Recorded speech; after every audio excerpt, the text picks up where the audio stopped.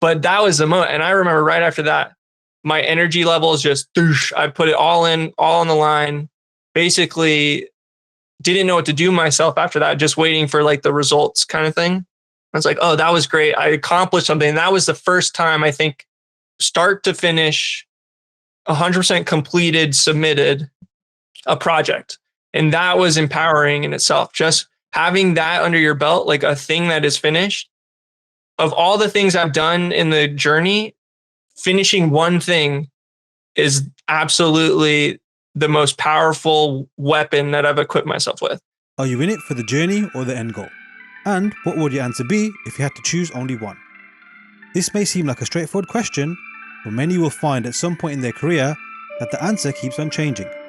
Or, if you're like our next guest, then that journey you embarked on initially has become something entirely different and has led to something new. Please welcome Pat Lyons, aka Mr Plutoons, who joins us today to tell us all about his creative journey from concept art hopeful to getting his first manga off the ground, and the part that Learn Squared has played in all of this, and so much more.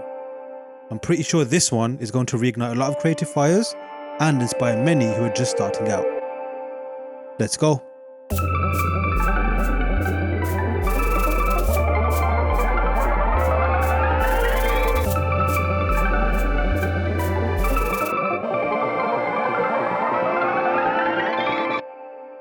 All right, hey everyone, welcome back to the Learn Squared Podcast, and I'm delighted to welcome on today's guest, Pat. Welcome, Pat.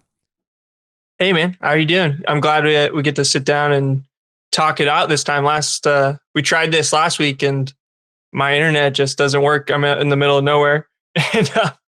That's so good. Here we are. And it's interesting. We were saying this last week, like the joys of technology means we can actually have this conversation, but ironically, it can also flutter a little bit and kind of ruin that, the potential that we can have to have a conversation. But so far, so good.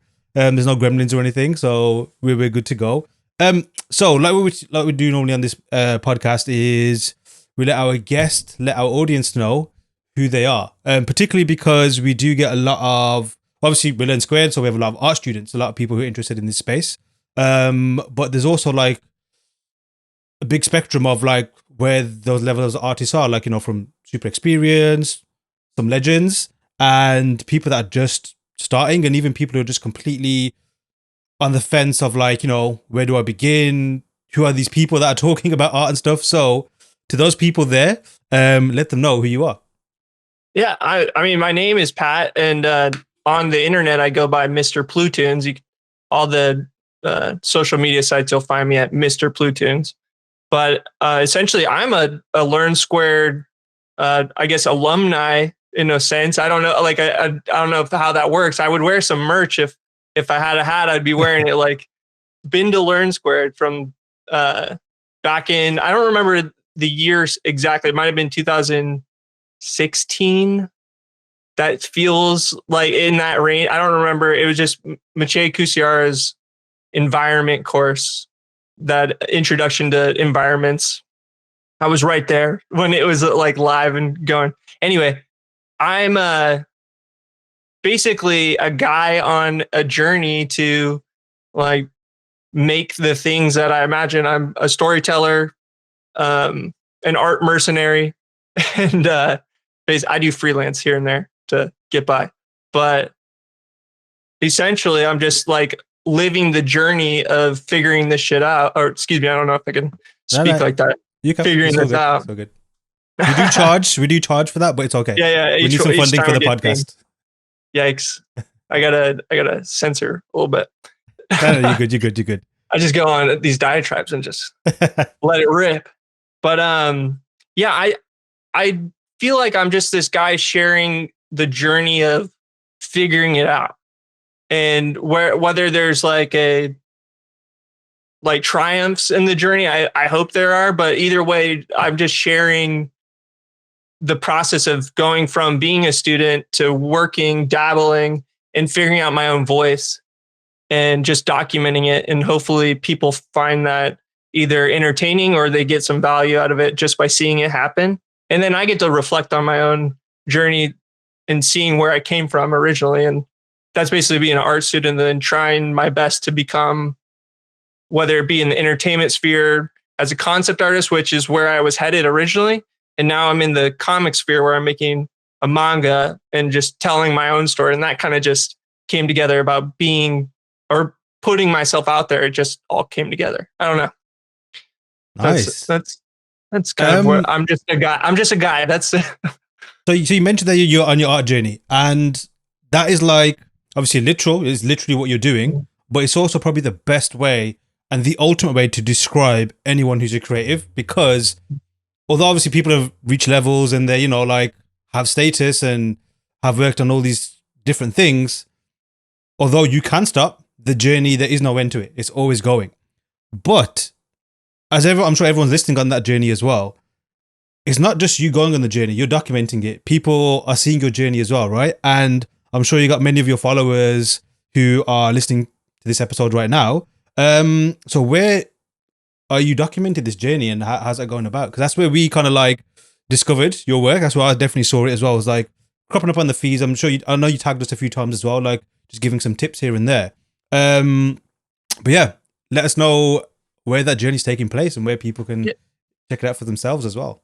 What's funny about this, because the journey has been a consistent one since the art school days, and it's only up in like January, February. It was the beginning of this year where I was on Instagram and TikTok, and TikTok is the thing that kind of popped off. And that was just because I was saying, or I was sharing artwork and people started asking questions like, wait, what, you can do that? And it's really just, and flashy lights and music makes your art look cool, I guess. I don't know. And then since February is where I kind of broke into, not that I was seeking attention, it was just I was putting the work out there, and it's the first time people kind of saw it. And TikTok was that door that opened, and then Instagram started working too. But I had been posting consistently for a number of years, and it's like a lot of people say, it's just all of a sudden people are seeing it, and it's like, oh shit, I gotta button up a little bit. Like, oh, you can see my work. Oh no. But yeah, when I mentioned Learn Squared, I get these questions sometimes in my comment section, or I am running out of content ideas because it's like an everyday thing. It's like, oh, I need to share where I come from and get, so these people at least understand who I am as a person. It's not just these, I call them art hacks or manga hacks. And those are just buzzwords, but there's a whole journey that needs to be shared. So Learn Squared is a huge part of that. And yeah, Instagram now is kind of the one that it's the better of the two, I think. No offense, TikTok, because you can have that one-on-one dialogue and you can get into the comments and go into more detail and more nuanced ways in describing these like 7 to 30 second little clips. That's interesting topic overall, like on many different levels. Particularly, like you mentioned, like, just, well, I guess like the breakdown on different platforms. But before we get onto that, you mentioned earlier, like 2016 is around the same time where I discovered Learn Squared as well. And obviously we spoke about this when we spoke last week before the gremlins ruined our conversation. And like I can relate to you, and a lot of our paths mirror a fair bit as well, because it was this journey and then the platform that we discovered kind of like took us in a new direction. That was the direction I guess we wanted to go, we didn't kind of realize. But what were you kind of doing prior to that? Like, I guess, when did this journey begin? And I guess that's kind of like a easy question to answer, because it's, I guess for creators, it's always there, right? So I guess a better question would be, when did you kind of recognize you were on this creative journey? I think so. Around this time is where pieces started coming together, that it was like, oh, I'm in the journey. Around then, I was in art. I was enrolled in art school, the Laguna College of Art and Design, and I had 3 other roommates, and we were all packed into this a nice apartment, a humble but cool apartment where all our desks were in the living room, and we were just being hardcore creative energy all the time, 24/7, which was amazing, an incredible experience. And I miss those guys. I miss that energy. But that experience was actually my second time having to go at art school or going for like a degree or trying to find a path to a career in art. And while I was there meeting these guys, we kind of realized like Laguna is an exceptional school, probably one of the best art school locations on the planet. I haven't been to any schools in Europe but you're walking distance to a beautiful beach and a very creative community. And it's a small school, so you get that one-on-one. I'm not trying to advertise schools here, but I'm just saying the fond memory, because I'm about to say something. Fond memories of being in that environment was great. The only thing was we felt as a collective in the apartment that we were in California, but we were still an hour and a half outside of the industry we were all trying to break into, which made us feel kind of alienated or a little bit removed from the action, or like, not that the instructors are all working professionals or they have that experience, but it didn't feel like, it felt like I guess we were becoming hyper competitive and we were just hungry for even more of the, I guess, a more rigid structure environment. So, that last semester, before the Learn Squared experience, we all decided, okay, we're dropping out and we're all applying to Art Center in Pasadena. We're all going to try and get into the entertainment design program. And that was one of the first, I think that was where we started becoming like hyper serious, because we ended up finishing out that semester, and over that winter break, was when we were working on the portfolios to submit. And the deadline was basically right at the end of that portfolio. And it's basically, we had all dropped out. So it was do or die. We get in or we don't. And that was a crazy experience, because that was the first time it's like, all right, pedal to the metal. We got to show these guys what we're made of. And it was kind of just putting that competitive nature to the test, I guess. And what's funny about that is I don't know if the guys would remember it this way, but I kind of felt like the ringleader instigating it. Like, we don't need to be in Laguna. We got to be in Pasadena. Like, it's also around the time that like Whiplash was out, like that drumming movie. And I was like, we need some of that. We need that energy. And it's funny. So we went hard. The portfolios we submitted, all four of us were very like, we all had cool ideas. Cool concepts. That's kind of the program. They wanted you to do a concept design, basically pitch deck almost, where you're just going through different design problems and solving them and sharing them within I guess you could have done like an established IP, but all of us took our chances on our own IPs and just were like, hey, this is what we got. Funny enough, 2 of us got in and 2 of us were rejected. I was rejected first, which is funny. I don't know. And that's on me. Like, I wasn't what they were looking for or whatever, but 2 of us got in. So at least it wasn't wasted, you know? But it was disappointing, of course. I was like, gosh, oh, damn. I threw all my eggs in this basket and these guys are going, what am I going to do? Luckily for me, right around that time, it was when I started listening to Shadi Safadi and the Naughty Dog guys. And I found Shadi because one of my roommates, he kind of introduced me to Eitan Zana. And then and during this whole process, we're just looking at concept art. We're just like trying to digest the coolest concepts and the biggest art gods that we could find. And Eitan was on that list. And that's kind of where I started like figuring out, okay, this is a trail that you can follow. You could start with Eitan, that leads to Shadi. And then Shadi, you start listening to what he's saying. And then he just keeps saying, Mache this, Mache that. Like when I was working, I'm like, who's this guy? Who's Mache Kusiara? And then that was a deep dive. And then all of a sudden, oh, Mache's going to start this school. It's like, what's that?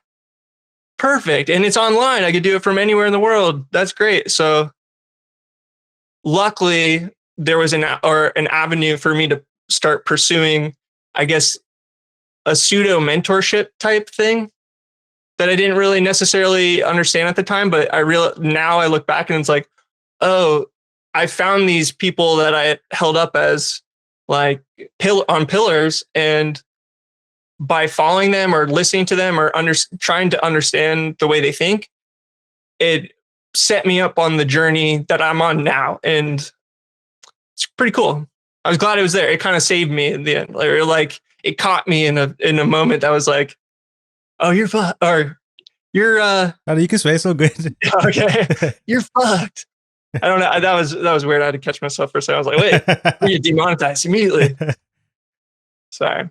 Yeah, man, that's the brunt of like where I'm like, oh, I'm on the journey now. That is great to hear. Not because you just told a story of rejection, but because like I said, like that is almost exactly the similar kind of journey that I had went to. Not just only in terms of like, this was a big gap between when I finished university. So I got the degree, whatever, but it felt like a rejection to me because I didn't end up finding a place and what I wanted to do and all that kind of stuff. And then fast forward, it was a similar thing. It was podcasts. I think I probably heard similar podcasts to what you listen to, is that Level Up and Feng Zhu and anything that was kind of like cropping up, because I was like, hey, like I'm discovering this new space. I had the exact same, well, I didn't know almost anybody in this space and community. I didn't even know it was like an actual living, thriving community as such. Like apart from obviously your obvious ones like Sid Mead and, you know, the Dylan Cole and Ryan Church, anyone that was kind of like super, super famous that had worked on something, you know, like super big. I didn't know. I guess like if you like talk about musicians, right? Like, you know, the obvious ones, whether you listen to their genre or not. And then when you dive into a genre, you like discover maybe better artists that you never heard of. And it was the same. It was a case of like, so who's this Mache guy? And then it's a similar kind of thing, discovered it. And then I found out it was a school. And then again, I was trying to like piece together the remnants of what I thought my art career was going to be, realizing I hit a brick wall, and then was thinking the same thing, like I need to attend some kind of school, but I didn't want to, well, I couldn't really with my situation afford to be outside of my, well, leave my job, had responsibility, so I had to find a different way. Then Learn Squared, rest is history almost. Well, it is history because the future was far brighter. But like, what kind of artwork were you doing then? But when you were looking to get into art center, like, did you have a clear vision? For example, like I've always been into like transport and vehicles, and that's always kind of like been the thing. Although I did try different things as well. What was it like for you? Let's see. So for me, at this point, when I was doing the portfolio, I'd already done 3 years of art school. So I had a lot of time with fundamentals and just being familiar and comfortable with, at least back then I thought I was familiar and comfortable with drawing, painting, and digital art in general. I just like, I just need that secret ingredient and that rigid structure that will get me to these like destinations I think I want to be in. So a lot of the work I was doing at the time was it wasn't full on concept art. It was a lot, I guess in my heart, I'm more of an illustrator, and I was just doing these things that I could build concepts for to do these really cool illustrations, but cinematic, big world building, like the big visual development type things. That's the direction and the consistent with the work I was doing back then. And I still do today. I still do those big, I guess the fancy the things that probably on the day-to-day you aren't doing in the studio, but these like really cool marketing shots that you'd call concept art or something. Like that was my, and the portfolio I ended up putting up was actually now is more poignant than it was back then, but it was this concept of this VR esports arena type thing, and it was like a meta story of like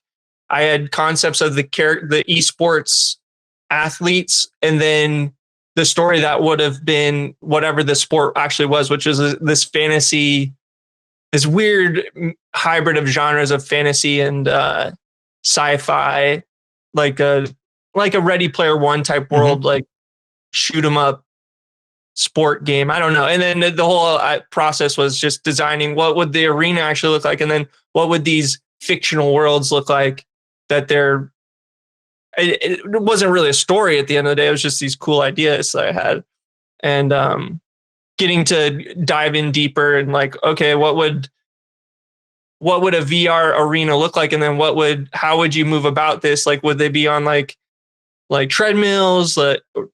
What are the weapons or the kind of the things that you're seeing today with VR? What are those devices and things that you would need? And just designing all that stuff was really fun. I mean, and that's where I found that world building and just dreaming up these things that could be applied into, whether it be in real life or you could see it come to life within a movie or a game. Like, that's where I found like, oh, this is the coolest thing ever.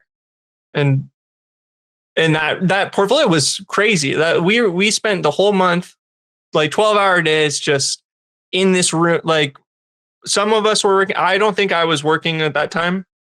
It was just like me in a troll hole, just going like 4 till 4 a.m. Like, just a classic, like stinky artist in a room, which is cool. But I guess I learned. I don't know. I learned a lot, but it was fun, and I look back at that, and it was a great time. Where did that like hustle come from? Like, did you feel tired during that time? Did you feel burnt out, or was it just a case of just this pure hunger? I guess it's like kind of like gaming, right? Like when you can play a game for like almost 16 weeks in a row and then realize you haven't been there for 16 weeks or blinked. Because I know, like, well, I'm 36 right now, so burnout is a regular occurrence. Knowing my limits is like something that I have to keep an eye on. But previously, that wasn't always the case. So for yourself, was that something that was happening, or were you just like plowing it all in? Did you kind of regret some of that like non-stop working, or are you one of those creative creatures where it's almost like you're kind of immune to those type of, like, I guess, physical exertions? I'm definitely not immune. Like burnout is a thing, like a cycle. I feel like it's cyclical, where definitely. I've got the supercharged mindset, and then I'll go through waves, but it's never gone. Like, I'm never not trying to produce something. It just, there's elements where I feel like I get off track a little bit, or like I'm not as productive as I was maybe a month ago. But it's always a roller coaster, and it's also seasonal too. Like, this time of year, I'm slowed down. I get a little more hibernated, and then it's around New Year to summer where it's like, I feel like I'm at my peak. And this year actually was able to go a little further, where now I'm starting to sense like, oh, okay, I have to change my mindset. And it's all about change. Like, you're in one frame of mindset where you're productive, and then all of a sudden when you recognize like, oh, I'm slowing down in ways, then you just have to change your mindset and find new avenues. And usually for me, it's just discovering that, reminding myself and rediscovering the things that I like the most. And I think that's when, with this kind of project or with that portfolio and being able to just grind out for a month like that, it was that first time of tasting that, like, oh, you really like this is what you really like. And a mix of being hyper competitive, which I guess is in my nature. And then an element of dreading the idea of, I guess failure is one way to put it, but dreading the idea of not achieving or not being able to exist within that creative thing, which the creative thing for me is to like tell these stories that you can't, like, they just run in your head. You got to get them out somehow. And if I can't do that, I would go crazy. Dude, totally the same. And you're right. It's like that overriding thing of wanting to achieve what you want to achieve. Not in a way as like, hey, I got the trophy end of it. Like you said, it's a journey. It's just about reaching that level or that kind of space where it's like you're almost chasing that zone or that space or that status of like being able to make what you want to make. And until you're not there, it's like, where do I need to level up? Where do I need to kind of get these things? Or how do I get these things to do that? And it's like, So when you, I guess, like you discovered Learn Squared and everything since then, has your learning journey still been like almost this remote on-demand type learning? Or have you taken other courses since? Or like what has happened with your career since then? So Learn Squared was great. It's like when I started doing the environment course with Mache, it was like, oh, I wish I had this like a month ago when I was doing the portfolio. But I found that, this is cyclical as well, learning in general or taking these online courses. And the great thing about Learn Squared is like once you purchase it, you kind of have that lifetime access. So you go on that journey to learn something new or learn from a mentor or learn some of these tools and techniques, and you go and you play with them and you get better that way by practicing this new information. And in time, you'll get in that cycle again. And you're like, oh, and then you find another course or another interest or something. And by learning from that, then it builds on top of that and you just keep going. So around that time, I was just like, okay, well, what's the door over here is closed. So what's another door that I can open? And Learn Squared opened a door towards going into the entertainment field. And from there, we ended up, our lease ended. I ended up moving back in with my parents for a bit. And at that point, so this is actually kind of funny the head of illustration at my original art school in Laguna, he made this comment once early on. It's like, hey, so this is the reality. You guys are going to go through this program. You're going to get your degree, and most of you probably will never work in art. And then the majority that do, it's going to take years until you're at the level where you're going to be hireable. And, of course, the egomaniac side of me was like, yeah, right. What a waste of time. Like I'm going to get through this and I'm going to put in the time to become what I am.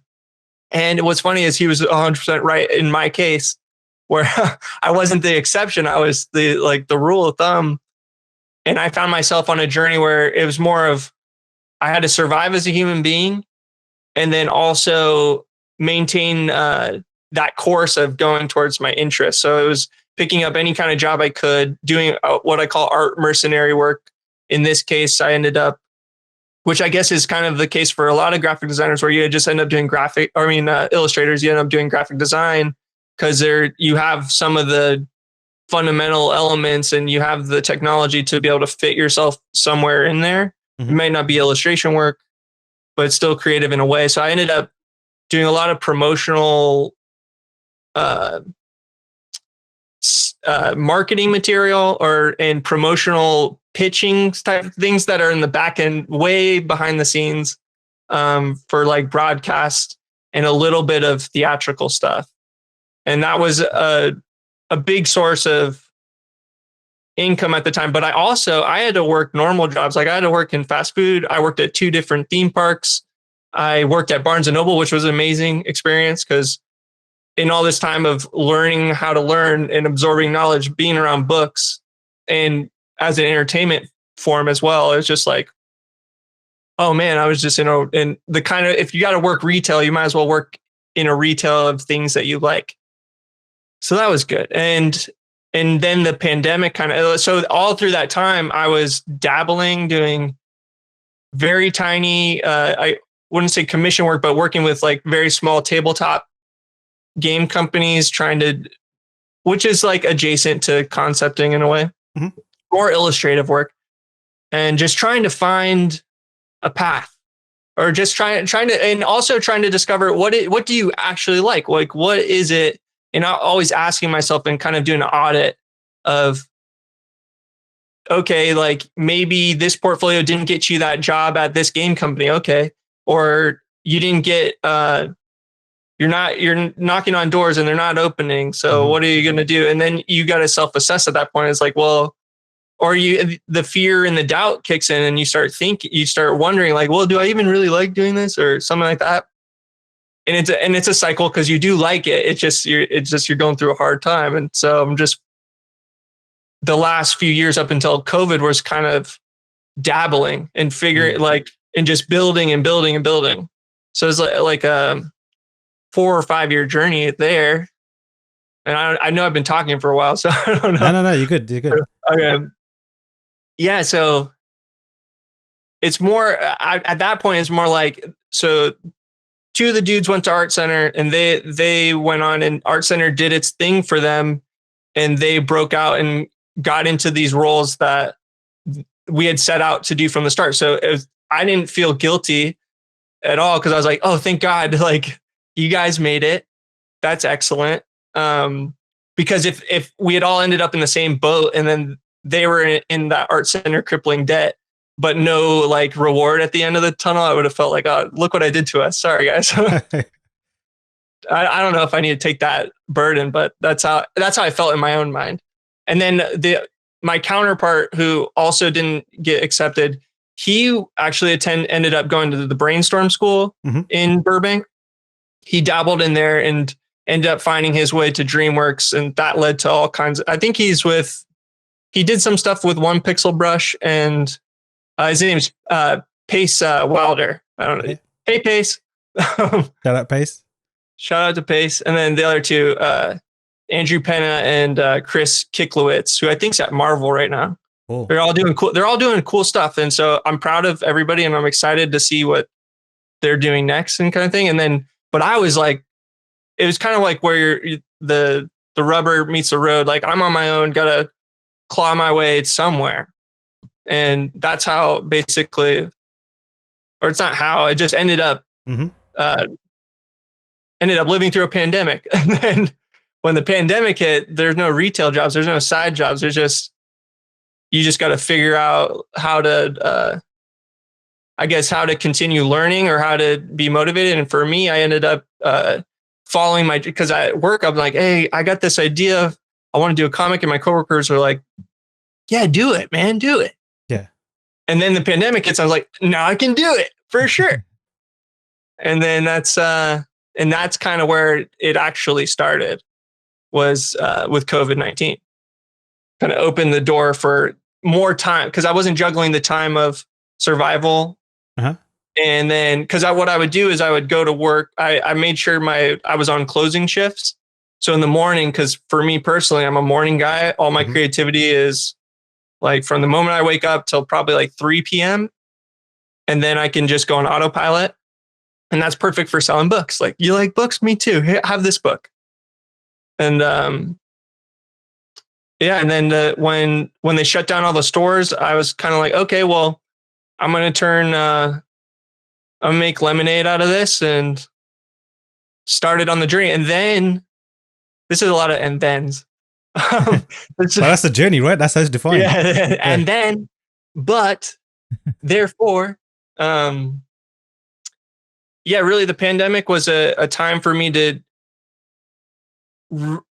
recharge that competitiveness, that energy that I had prior, and really just, it's do or die, now or never, one way or another, despite all the interest. Like, you're just going to tell this story and it doesn't matter. You're just going to finish it. Because that was another thing I think I struggled in that chunk of time, was having all these interests, trying to find these open doors, and they weren't paying off necessarily. So I never was actually following through. So like, even I would make this portfolio or do this thing, the door wouldn't open. So, I got to do another set of illustrations or something for a different portfolio for another company, and not really having that extreme hyper focus, which I suffer from. But I'm sure it's like common to be like, oh, I like all these different. I would love to work at Disney, but I'd also love to work at Naughty Dog. I'd also love to work at name another studio that is just completely opposing to the style of the house. And like, I don't know. It's this terrible curse to be interested in stuff, I think. You're right there, but I think it's like one of those, I guess, positive curses. A bit like Blade, you could say. He's got a positive curse, you could say. Because he doesn't go around eating people, but at the same time, he's kind of cursed. But he's a badass. But I think a lot of us kind of like, what you just said there, I know for a fact that a vast majority of artists out there are going for the same thing, have been for the same thing, or like thinking, oh, I remember how that used to be. But it's quite evident that you, like, no matter what, you're just always gonna keep going for it and reaching where you want to reach to. You mentioned you got competitive spirit as well, but I just wanted to go back a little bit and ask about that little kind of like Avengers team you had of artists that you were with. And it's also poetic and great to point out as well that, like, I guess each of you are on individual journeys, gone on different paths. And it just goes to show that, like, as long as you stay true to your creativity and your passion, there are pathways out there for everybody. And you can take any different one and you will get to where you want to get to, or be on the pathway to where you want to get to as well. Now, with that said, if you weren't with them and working by yourself, do you think you would have been different, like in terms of your output and your journey itself? Like, would it be better or maybe worse looking back now? I think they were a core, essential part of my development in that, especially in that time, because I was still pretty young. I was 24, 25. My brain still hadn't fused, and that competitiveness kind of got the better of me sometimes in those cases. But with those guys in that environment, and all of us reaching for similar goals or like having similar interests, especially when it comes to learning, trying to digest as much information as possible, we were kind of like doubling each other's experience levels just by like, hey, have you seen this Feng Zhu video? Oh no. Have you heard of this guy, Shadi Safadi? Look how he's got the wisdom. He's the prophet. Like, that's kind of the vibe we would all kind of build on each other, and all, it was like we were holding hands running into the fire. Like, that's how it kind of felt. And I think, I talked big talk back then, and I had these big ambitions, and I probably still would have had that, but I think I would have been even more lost or meandering on my own I'd be way further back without that connection to other artists, I guess. And these guys, it was full blown. We were living in the same place. So it was very intimate camaraderie that I definitely, I mean, if anything, because people have different opinions about going to art school, I think to be in an environment every day with like-minded people, there's nothing more valuable than that.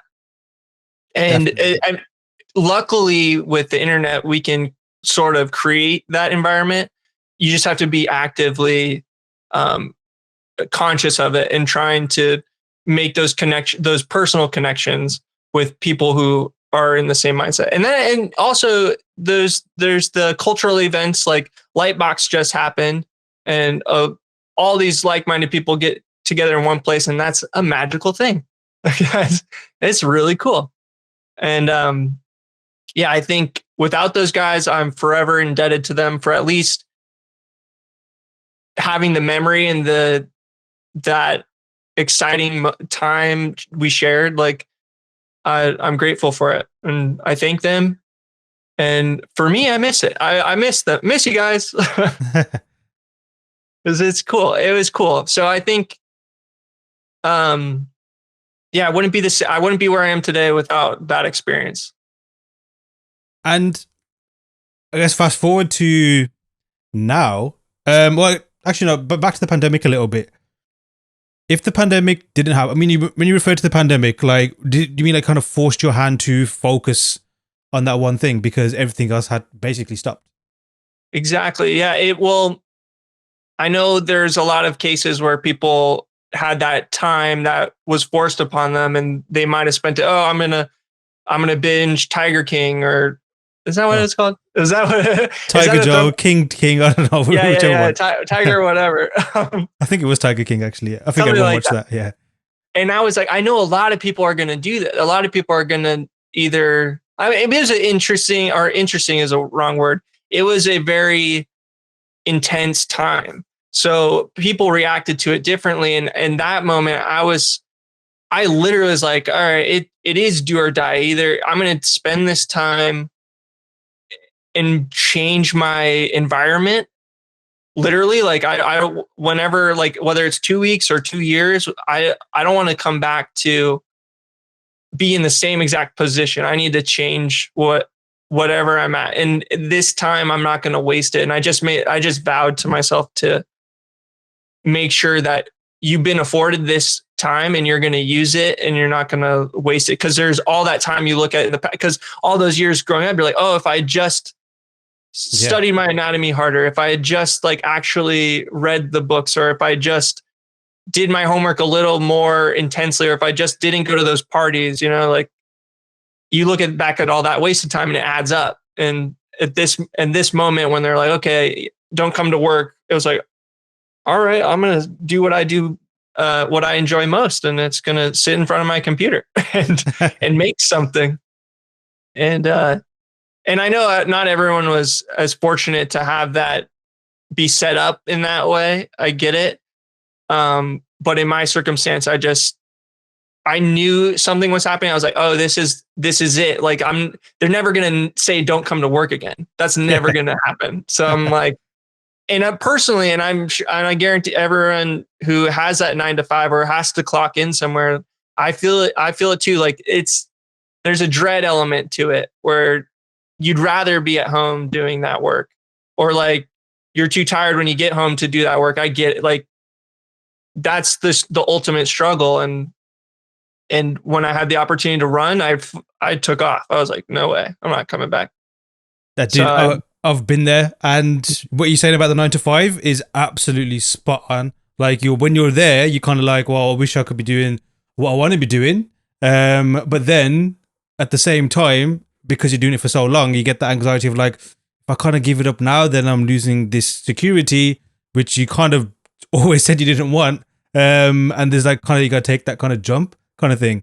So I totally get that as well. But like you said, there's always that time as well where you kind of like realize that is taking up that slot where you can be doing what you want to do. And I'm sure you would attest to it as well. When you take that leap and decide that I'm doing what I want to do. And sometimes it's even because like you have got those jobs, you've got all these things going on, your body's saying don't do anything, but that passion's still forcing you to do something. So then it's kind of causing pain and pleasure at the same time. You do kind of have to make that jump. And it's like when you do make that jump, you're kind of thinking, thank goodness, I'm never going to go back again. And even like I was speaking to someone yesterday and it was the same kind of thing. It was like a case of, I use that not going back to that 9 to 5 routine, or at least not a non-creative 9 to 5 routine, as like motivation to be like when people say when they left prison, like I'm never going to go back. I'd rather die than go back. It's kind of like a similar kind of thing, maybe not as extreme. And obviously 2 years have passed since pandemic. And have you still been on that same path since? Have you ever had to go back a little bit or adjusted things along the way? Actually, right before, so I'll just dive into the pandemic for a second. Sure. I'm in story mode now. So I started doing my this passion project, like it's called Cold Monster Steel, which was just like, oh, I just need to put these images into a story somehow, some way. And right at near the beginning of the pandemic in May, Shonen Jump has this, which is the Japanese manga magazine. There's this competition every year, or I think it's twice a year, where they try to discover new talent. It's called the Tezuka Awards. It's kind of legendary in the manga sphere, and there's even mangas kind of written about this thing. And it was the first time ever. It was the 100th Tezuka contest, and they opened it to international submissions. And at that point, I'd already started creating a connection. Shout out to 8 PM Ash, my first like online manga friend. He's working on a book called Zombie Plus. Really awesome. There's a plug for you guys. And it was building that community, going back to having those people around you. Every day we were talking about process and what we're doing. And it was like, he called me. He's like, dude, Shonen Jump, Tezuka contest. This is it. It's 3 months from now. We have to submit to this thing, 55 pages. Let's go. And that was another defining moment where I was for sure working on the thing, but now there's a fire, that deadline was like, okay, yeah. And publicly saying on my Instagram saying, I'm submitting to this, kind of making myself accountable in multiple ways. And having a buddy there through that process, because there is an element of struggle when it comes to putting these things together, and being able to experience that side by side, like kind of like a comrade in a way. And just being able to share in that experience is kind of like, was really powerful. And that got me to September 2020, submitted my one-shot manga, Cold Monster Steel, 55 pages. It's still available to read. Like that's basically where I'm at now, is Cold Monster Steel for life kind of thing. But that was the moment. And I remember right after that, my energy levels just, I put it all on the line. Basically didn't know what to do myself after that, just waiting for like the results kind of thing. I was like, oh, that was great. I accomplished something. And that was the first time I think I'd start to finish 100% completed, submitted a project. And that was empowering in itself. Just having that under your belt, like a thing that is finished. Of all the things I've done in the journey, finishing one thing is absolutely the most powerful weapon that I've equipped myself with. Because I realized, oh, I can finish this. I can finish something else. And I know how to finish something else. Because I just went through this gauntlet, basically, of getting this done. And that was super empowering. And then I knew, oh, to finish is the way. Like that is how I'm going to get to where I need to go. And so now everything I tackle, I think about it as a beginning, middle, and then especially what's the end goal? Like where do I need to be and how do I get there? And then kind of devising a plan on getting to that end goal and making sure that the end goal is set. So that was the huge part of the pandemic.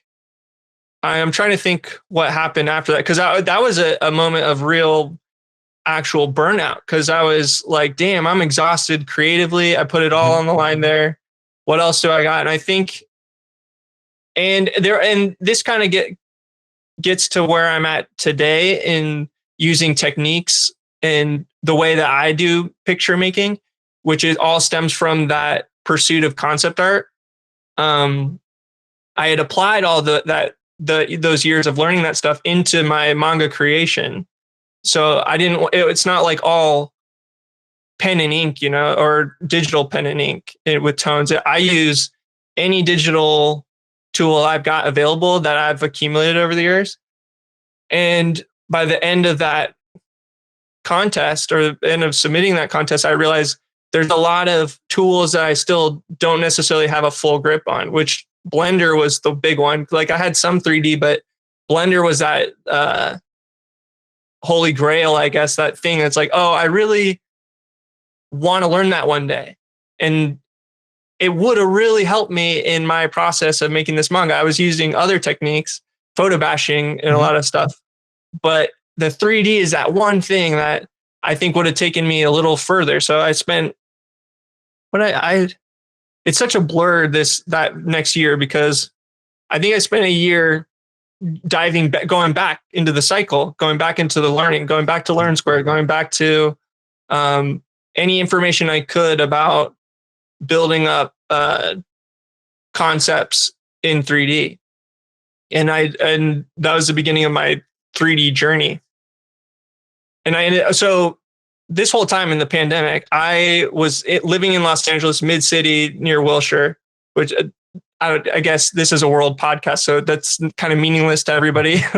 But in the middle of LA, I lived in the middle of LA. The pandemic hits, and this city is tightly packed, and there's a lot of people there. Even though it's kind of spread out, there's still a ton of people, and there was a rumor they were going to shut down the whole city. I had a buddy from Canada. He heard the rumor. He got in his car, drove straight to Toronto. Like he was like, I'm out. And then we were kind of thinking like, oh, damn, this could, and we didn't know like the circumstance of the pandemic. We're like, oh, is this a zombie apocalypse? Like, what is this? So we grabbed our cats. We have a lot of cats, 4 cats, or I think it was 3 at the time. We had 3 cats, bundled them up, went straight to LAX. We were the only people at the airport, and we went to my fiance's family's house, which is out in North Carolina, where I actually live now. The middle of nowhere, technically, comparatively. Sorry, North Carolina. I love this state. It's cool. It's just different than Los Angeles. And so I spent the pandemic years in North Carolina, kind of living on my own devices, being creative in my own ways. But eventually, it was time to come back to LA. So when I got back to LA, it was a moment where, and at the time, like I had submitted to the contest. I didn't win the contest like a lot of people. Most people, I think 99.999% of people didn't win the contest. So it was a great feeling to have achieved the finished product. But it was like I scratched an itch for myself. I was like, okay, now it's time to get serious. We're going back to LA. Time to get that concept job. Time to get back into entertainment. Try to once and for all make it happen with these tools. And I think, and that was going back to finding those mentors again. And in that case, like Jama, Jeribev, Maciej Kusiara, John Sweeney, just name dropping out here because love you guys. Thank you so much. These guys, they don't know it necessarily, but they were huge influences in getting me back on track or getting me in that learn mindset to be able to grow as an artist.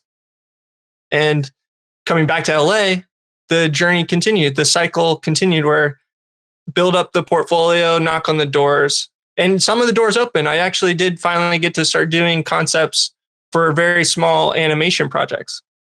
That was cool. I got to knock on some doors and do art tests for studios, game studios that would have been incredible work on. The doors never fully opened for me, but I got that experience under my belt, which was great. And so where are we? We're at 2021 and oh, there goes my camera again. Excuse me. I think it just overheats. So 2021, we're back in LA.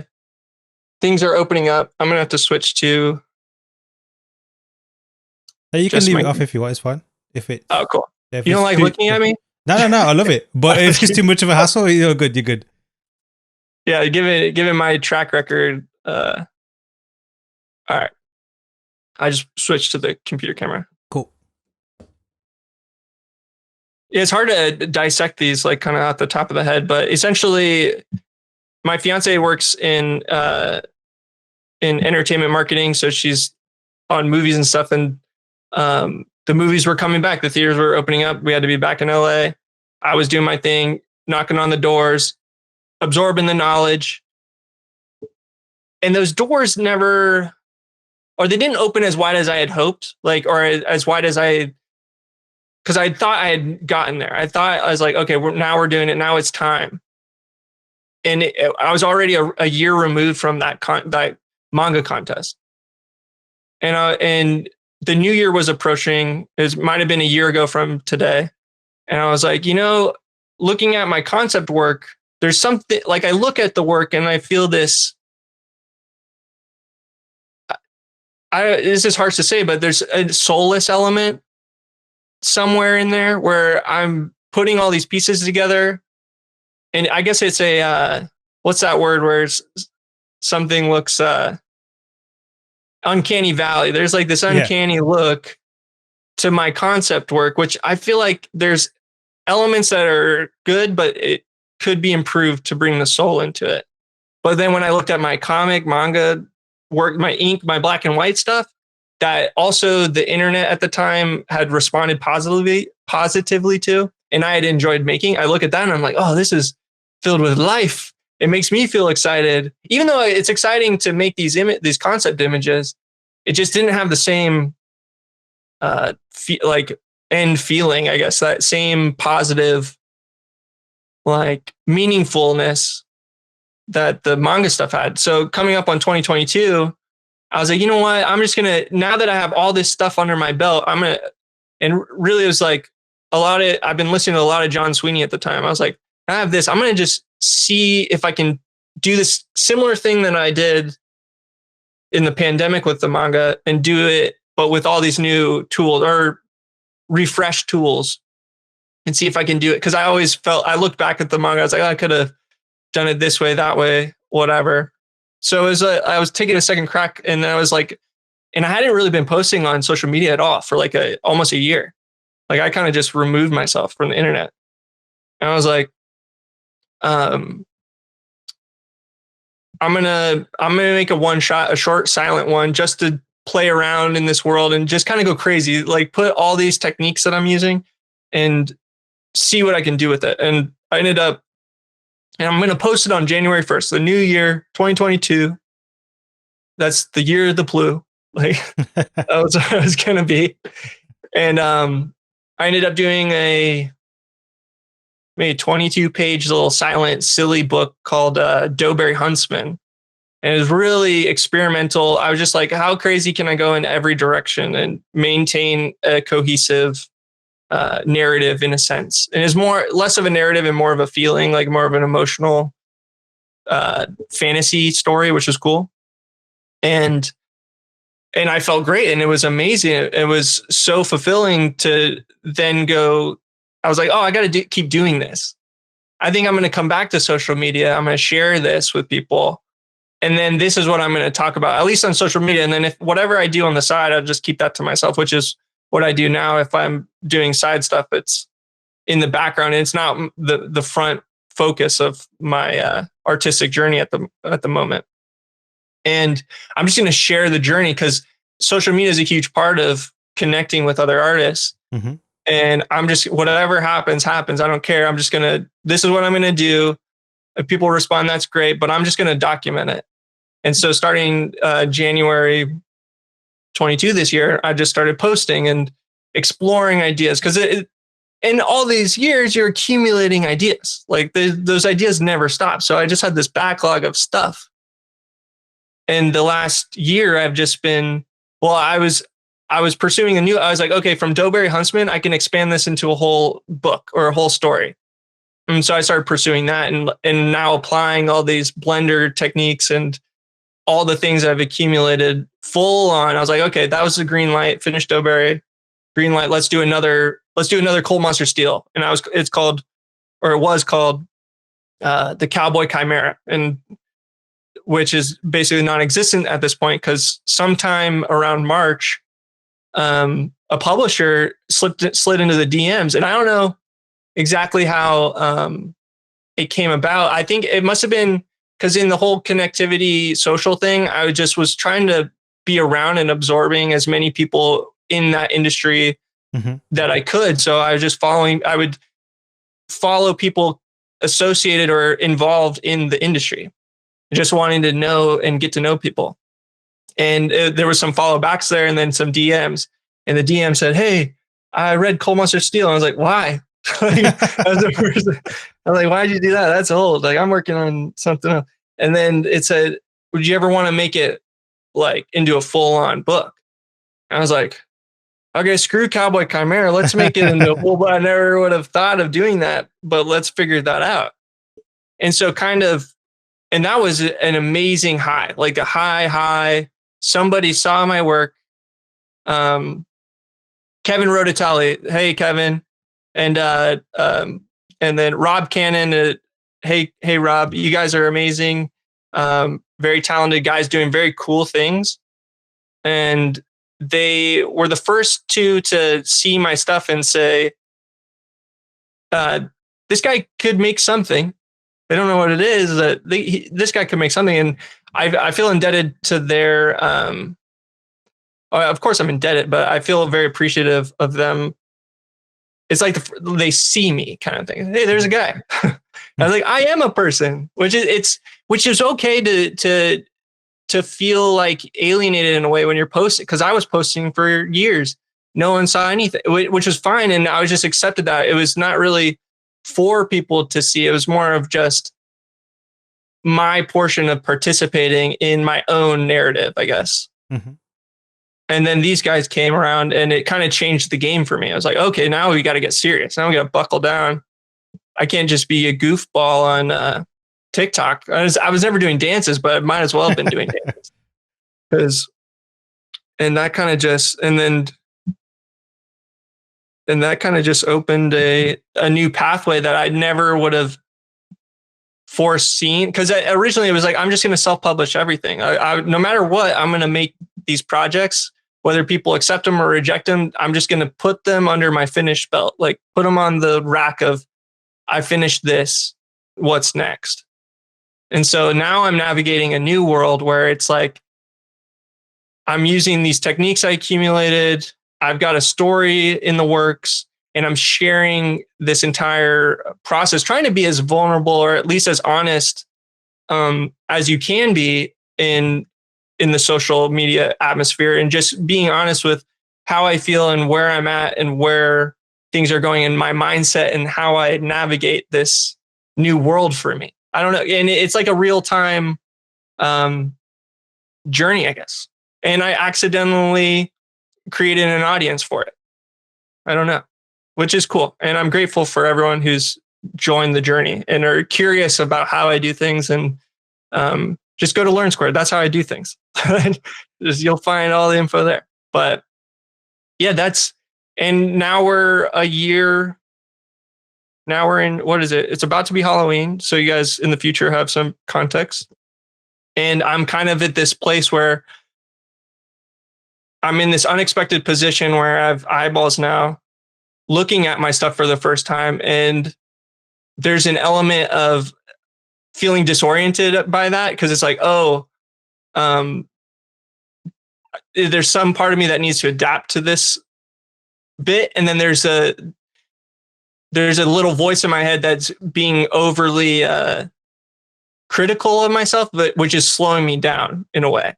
So I'm learning through this new position, like, it doesn't have to be perfect. It doesn't have to be good. It doesn't have to be anything. It still just has to be finished. And so I'm in this weird position where I'm learning that and figuring that out and having to remind myself and go back to learning into the cycle. And it just never ends, which is cool. And I love it.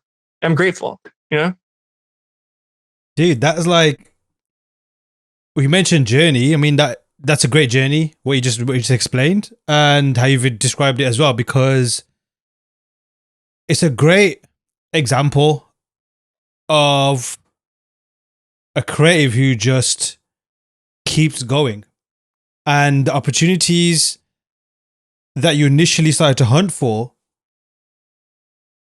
the opportunities that came about afterwards were never, I guess, part of the plan. They were never like, I'm hunting for this, but they came about. And then you took them, you grew with them.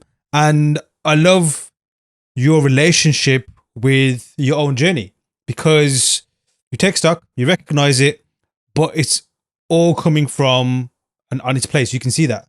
And you can see that when you're sharing your content as well, because it's like you want everyone to kind of like take part in their own journey, but also see what the journey's like as well. It's definitely not something that's like artificial. And what I mean by that is it's like pretending to be something that it's not, if that makes sense. And firstly, how is that journey going now with getting, actually, no, that's a different question. Cold Monster Steel. What is that? For everyone that will be seeing that hit on their shelves very, very soon. Let people know. Not that soon, guys. Not that soon. Okay. We'll see when it comes. I don't know. But it's yeah, that's an interesting question, because this is a whole nother part of kind of wrangling the creative spirit in a way, or kind of wrangling your own expectations and trying to make sure you keep yourself in line to stay on track to finish the thing. And what I mean by that is, it started as the one shot, and then once it got attention of some people that could make something more out of it, it started transforming my head. Like, oh, we got to go bigger, we got to get crazier, and it's scope creep, whatever. Scope creep leapt in, and I've warned about it in some videos. I call it world building hell, and it's where you end up this is a problem I think all creatives have, where endless possibilities. When there are no restraints, you're free to do anything. And I found myself this year battling that exact experience and warning about it, but really warning myself, like, hey, just get it together. You don't need to change anything. You don't need to be the next best thing. You just need to be something. You just need to act. It doesn't exist if it doesn't exist, which is, well, that's a stupid thing to say, but but like essentially Cold Monster Sales started out as a story about that I wanted to tell about a sword that summoned monsters. And how in the one shot, how I ended up going about that was I connected it to a baseball game somehow. And it ended up being this kind of almost like a Sandlot-esque fantasy story, like a power fantasy where a kid is rejected by the world. All he wants to do is play baseball. And then he finally gets a chance. And the way he gets his chance is he transforms himself. In doing so, he accidentally destroys the entire city. But if he wants to play the baseball game that he's always dreamed of playing, he needs to go get that baseball, bring it back to finish the game so he can prove to everyone he's not really a loser. His name's Lucky Lou.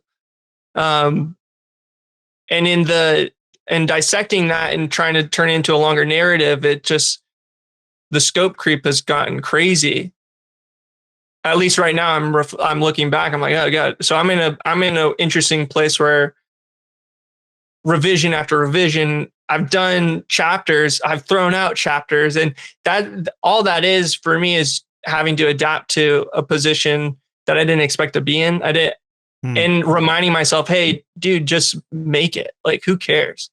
The more you care, the more you're not going to accomplish. So it's kind of just.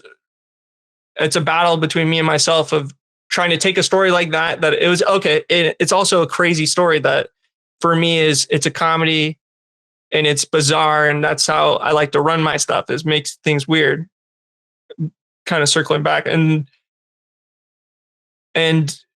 now it doesn't have to be anything more than that. It can be funny and weird and bizarre. It doesn't have to be this literary masterpiece. I don't have anything to prove. I don't need to.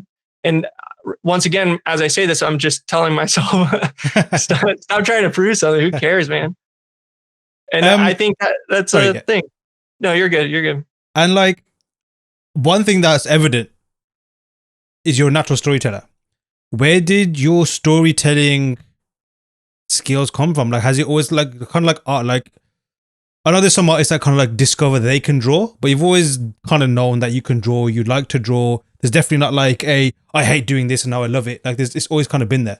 I assume like storytelling is kind of like a similar kind of thing. Like, sometimes people don't recognize it. So how have you been nurturing that thing? Because obviously, like with the manga in particular, it's like there's definitely a visual element, but there's also like a written element, and writing and storytelling are very different things. But as you'd agree as well, the visual side of things is also part of storytelling as well, and all that kind of interconnects and reinforces, and that's why these things are awesome. But yeah, I'd love to kind of like get your origin story of your storytelling. That's a good that's a story in itself. I think since I was a kid, I don't know where it comes from. I don't know the source of that, but story always came first. Like, drawing was just a way to communicate story. And that's always been a thing for me. Some points it's like, oh, I want to write novels. And that could be from, I grew up in the heyday. I was right there when Harry Potter came out. My mom would read it to me before bed, kind of thing. I don't know if that had a huge impact, which I mean, it absolutely did. I think I grew up in a household where reading was encouraged and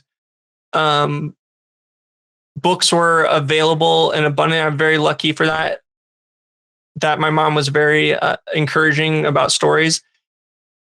And then I think there's also some internal element. It must be the creative side where, and I don't know, a psychologist would probably have to dissect this, but anytime growing up, man, consciously, I would see something, whether it be a cartoon or like listening to my mom tell me or read Harry Potter to me, there's something in me that has to like a parasite or like I have to cannibalistically absorb that, and I want my own version of it. It's some kind of, I don't know what that is. It's some kind of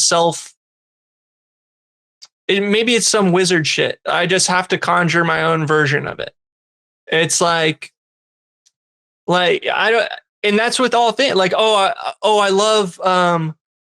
love Spy versus Spy comics from the Mad magazine. Like when I was a little kid, I would just look at that and laugh my ass off. I need my own version, or I need to like imitate it or something. It's some mirroring thing.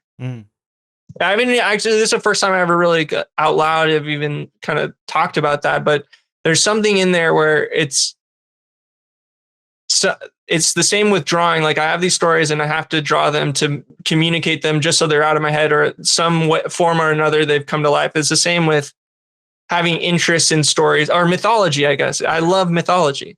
I don't necessarily think I knew I loved mythology when I was growing up. Even up until recently, I didn't. Like everyone dabbles in Joseph Campbell here and there, but I don't think I necessarily was growing up knowing that, all these characters I admire, all these stories I love are just mythos, or they're American myths, they're British myths, they're world myths told in these ways in every form of entertainment and media that I absorb, because I grew up in California, just surrounded by these, I guess, blockbuster movies, and video games were becoming a huge thing. Like I was just inundated with all this stuff, all this escapism, that I was actually being inundated with these new mythologies. And maybe it's like a human nature thing mixed with a creative thing, where I see these mythologies, I want to play them out, but I can't play them out. So I will make them happen. And it's kind of like when you're playing with action figures when you're a little kid. You're playing out these scenes, these worlds, but I want to do that, but bring it to life in my own way, in the way that I can, I guess. I don't know. Sick. And what you mentioned about mythology there, it's like, I think the appeal of it is way more powerful than we tend to recognize, because storytelling is great. Great stories are great. Like take Lord of the Rings, for example. Even Game of Thrones, which is kind of like an homage to Game of Thrones. The storytelling in there is great. Obviously, the adventure is great. But what makes it so epic, what makes it so like believable, and you want to like spend more time there, is this mythology of history that these stories are built on. And yesterday, funnily enough, I was at Stonehenge, and obviously like a magical place, historical artifact, which is like I think 10,000 years old or something. And just even standing there, imagining not just how they were built, but all those different stages and people and communities and societies that have stood where I stood to look at this, observe this, what they were thinking, to the point where you'll never even know because it's so old. That in itself, I guess, is like the power of a myth, because you're trying to fill in these blanks, which you can never fill in, but there's something that it does to your imagination and your enjoyment. Like already then, like, is making your own kind of story, thinking, so what was this? Why was that there? And I know they say they transported this way and all that kind of stuff. Like, you know where I'm going with this. But like myths, you just nailed it there. Like it's I'm slowly realizing that is what I enjoy the most about things. Not even just like stories, but everything in general. Like even now, like talking to you, fast forward a few years time, what you're posting up and how you're documenting your journey, that will feed into the myth of your journey, but also like what it takes to make your own manga, make your own IP, make your own things, and just being a creative in general.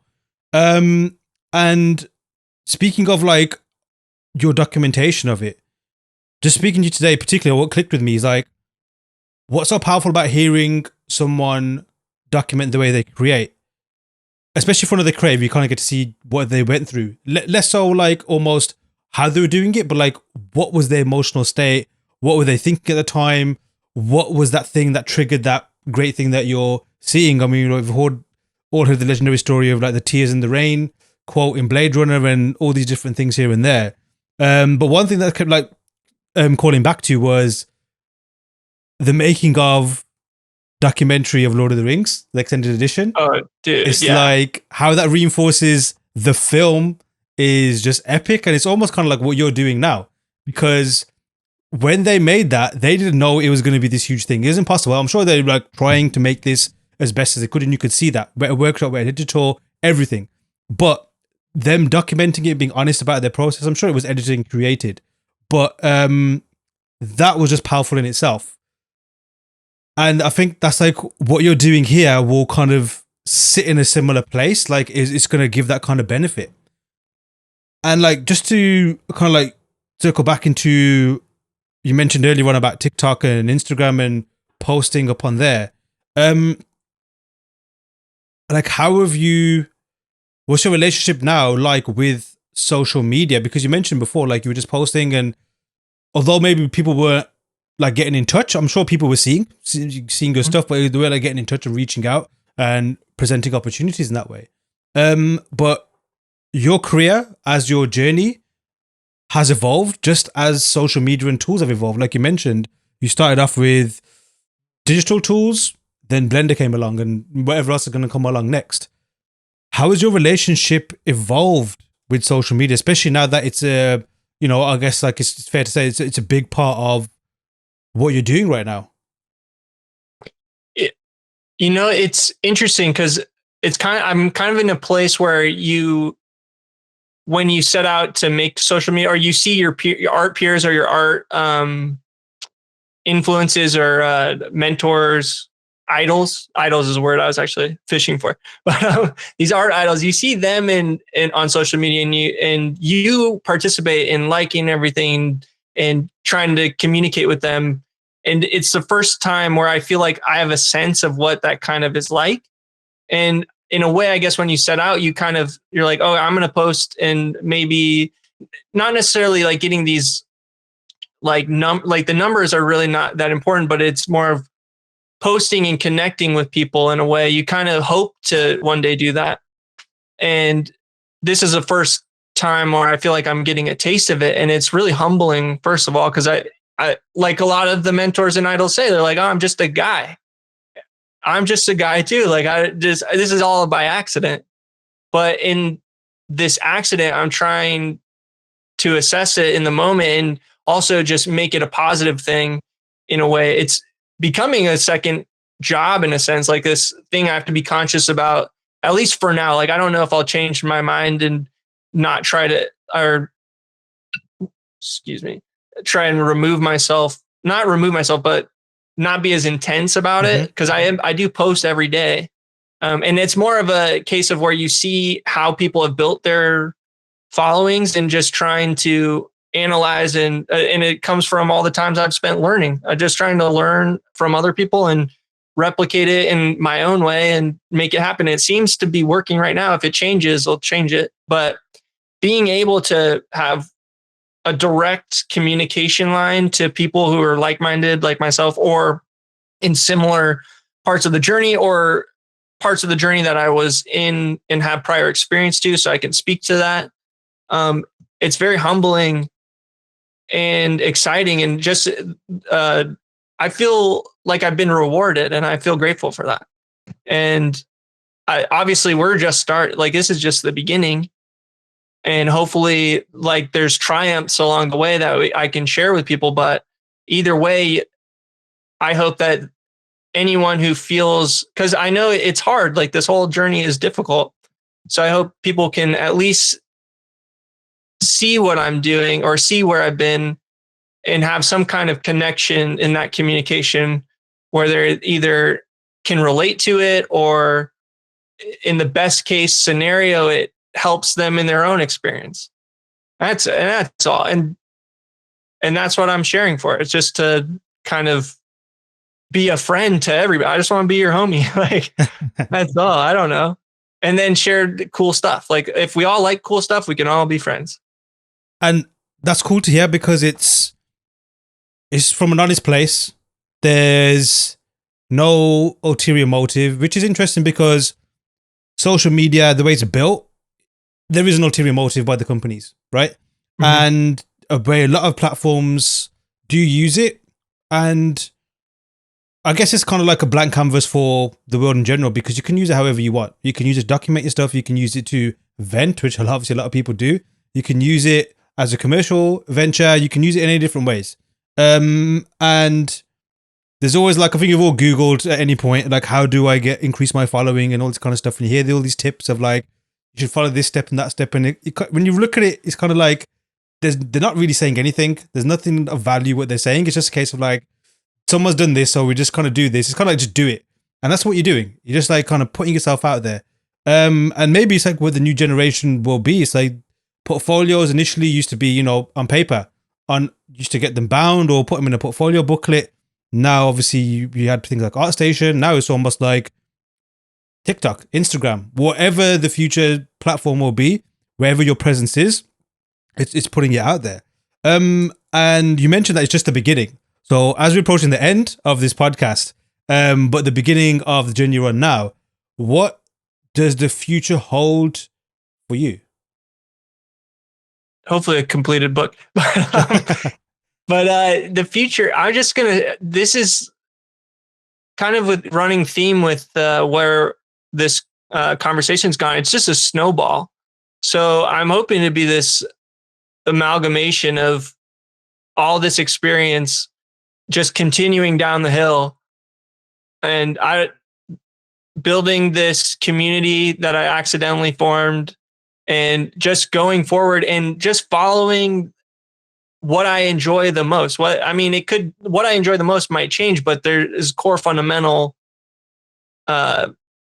subject matters that I'm drawn to. So I'm just going to be continuing down that line, and I hope there's just projects under the belt. I just hope, not that I don't have to hope, that's where I'll be going. I don't know I just don't know the form those will take. I don't know. And I don't want to be like some psychic, future fortune teller or anything. I want to carry the momentum forward and get that to a positive place of creativity and productivity. And I hope there's cool things at the end of the tunnel, like just cool stuff. I just want to make cool stuff. And any kind of like, I guess, final message or words from yourself to obviously your followers who I'm sure are listening today, and also new followers who will be joining you now, and also that person who is at that beginning of their journey, the same way you were when you were hustling and building your portfolio, and also to the person who's kind of like stuck in a rut maybe, or isn't sure of, like you mentioned a lot about doors, knocking on doors, and some of them not even opening, some opening as well. And those people who are out there bleeding, making their knuckles bleed from knocking on the doors. What I guess final words and tips, and just kind of like, I guess, a message to those? Yeah. This one, a final message. This one actually feels more difficult because there's so much you could say to anybody in these positions. Because I'm in it daily, the same position as they are. Like, the thing that helps me every time I feel, or that's helped me get to where I am, and that helps me when I find myself in difficult creative situations or frustrated and feeling a little human, like I just fall back on a source of nostalgia, or I look way back to when I was that kid that just wanted to tell stories or enjoyed myth without knowing what myth was, and latching on to things like Lord of the Rings, Star Wars, and just self-analyzing what are those things that I really like, and how do I put myself in a creative place where I can be juxtaposed or parallel to those things that I love, like Power Rangers, the monsters from Power Rangers, like those things, like Pokemon, Yu-Gi-Oh, like Harry Potter, Lord of the Rings, Star Wars. Those are all things I look back, Warhammer 40K. Just shout out to Games Workshop for making really cool stuff. Just cool things that I was at a young age, those formative years when I was first thinking about things. Like, if you look back, there's years where you were hyper obsessed with, maybe you weren't, but for me, I was hyper obsessed with certain things. And that was when my brain and my thoughts were first coming together. So those are kind of pillars inside my own imagination. and I can go to those pillars and they're a foundation to things that I think are cool. And as long as it's cool or I'm interested in it, it will guide me to getting out of or getting me towards something I enjoy more. And enjoyment in the process is the most important thing, I think, because if you're not enjoying it, if you're not enjoying learning, if you're not enjoying this like elements, I mean, obviously there's frustrating elements to the steps. It takes, you go from thing, and that just comes with comparing yourself to people. Just don't compare yourself.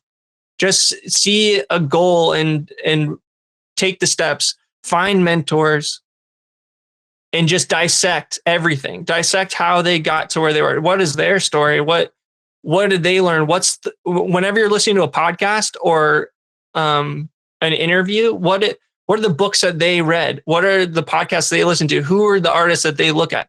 Because when you do that and you then go to the source of their inspiration, you're going to level up yourself 10 times faster. And that's actually, I think, my fast track to getting anywhere, or at least like going from zero to actually moving, was when somebody mentions, oh, I read this book, it was really cool, I immediately go Google the book.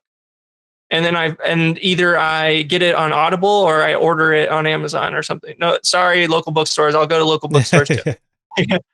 But like, you know what I mean? Just being conscious that there are people who have, or they're idol like people or heroes all around us that you can look at and look up to and just analyze them. Not necessarily, don't like get too deep, but just try and find as much information as you can of how they got to where they're going.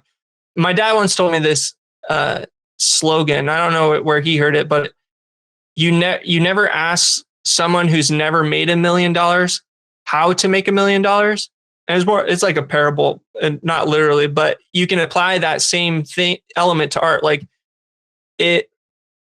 for me, I'm in the middle of my journey of making a manga. So I wouldn't necessarily say, hey, I can tell you how to make a manga, because I'm figuring it out as I go. You can learn from me in my mistakes or in my successes, like whatever happens, or maybe there's something I'm doing that you might like. But if you really want to learn how to make manga, go to the gods of making manga. There's all kinds of resources or just creators or books out there that you'll be able to discover to make that thing you want to make. If you want to be the biggest artist, or not if you want to be working in film and television, go to John Majurbev and find out the way he thinks. It's really about the way people think. And I am rambling a lot, but that's the most important element, I think, in my entire journey, is just figuring out that I need to self-analyze and analyze the people I look up to. And that's it. Pat, sorry, guys. Not at all, man. Pat, that was awesome. It was great to connect with you, and it's great finally connecting with you and hearing your journey. I'm looking forward to seeing the rest of the journey. Yeah, thanks, man. Aaron, it's been a pleasure. I really appreciate it. And I'm humbled that you reached out, because Learn Squared was a huge part of my journey. And I definitely recommend anybody interested. I mean, you probably already are. If you're listening to this podcast, you probably have some idea of what Learn Squared is up to. But the guys on there, speaking of learning how to make $1 million from someone who's made $1 million, all the courses on there are people doing it, making it happen. And their knowledge is some essential knowledge that will help you in your journey, I think. And that's a huge plug, and I approve this message. Yeah, what Pat said. Cool. But Gen eyebrows. A huge thanks to Pat for that inspiring conversation. I'm really excited to see what the future holds for him. Hit the links attached to this episode to follow Mr Plutoons and follow his progress. And then hit our links and start your own creative journey with Learn Squared. I've been your host, Aaron Danda. Till next time.